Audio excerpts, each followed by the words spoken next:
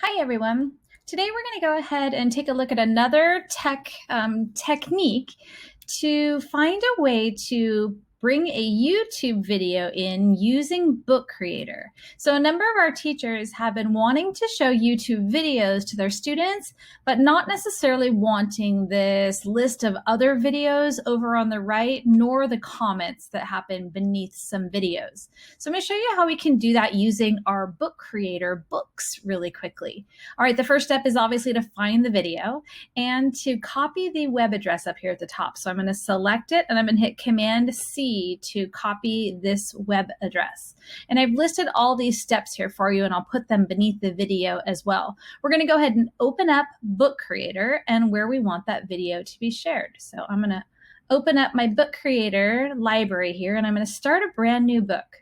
I was chatting with a teacher today, and we were saying that perhaps they were thinking about doing this for their read alouds. So you could certainly just have videos of all of your read alouds in one book for the whole year, right? Where students could go back and watch those videos later if you wanted. I'm just going to grab this one square layout. It doesn't really matter what layout you choose. I'm going to go up here to the plus sign, which is to add something. And so I'm going to add an item to my book. And I'm going to go ahead and import something. So add import, and I'm going to choose the option over here on the right, which is to embed. So once I have done that, I'm going to go down to this section right here, which says to put in the embed code, and I'm going to command the letter V as in Victoria, and I'm just pasting in that YouTube address that I copied. And then I'm going to click right here to confirm that web link. So I just pasted it in there, confirm. It is finding that video for me. There it is. And I could title it different if I wanted. I'm going to go ahead and add that to my book. That is the video I want for my class to see. Beautiful.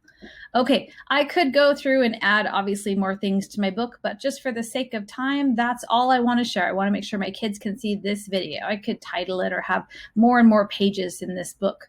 So, okay, I'm finished with that. I'm going to go back here over to the left to my books in my library. So here is this lovely book that only really has one thing on the cover. I'm going to go down to the bottom with this share icon. So I am going to share. I'm going to go ahead and publish this book online. So that book is now published, and I'm going to go ahead and give it a title. And my goodness, these are all the writing videos I'm going to be showing my class this year. So they will all be in one location for everybody to be able to see. I'm going to go ahead and publish that book. All right, my book has been published.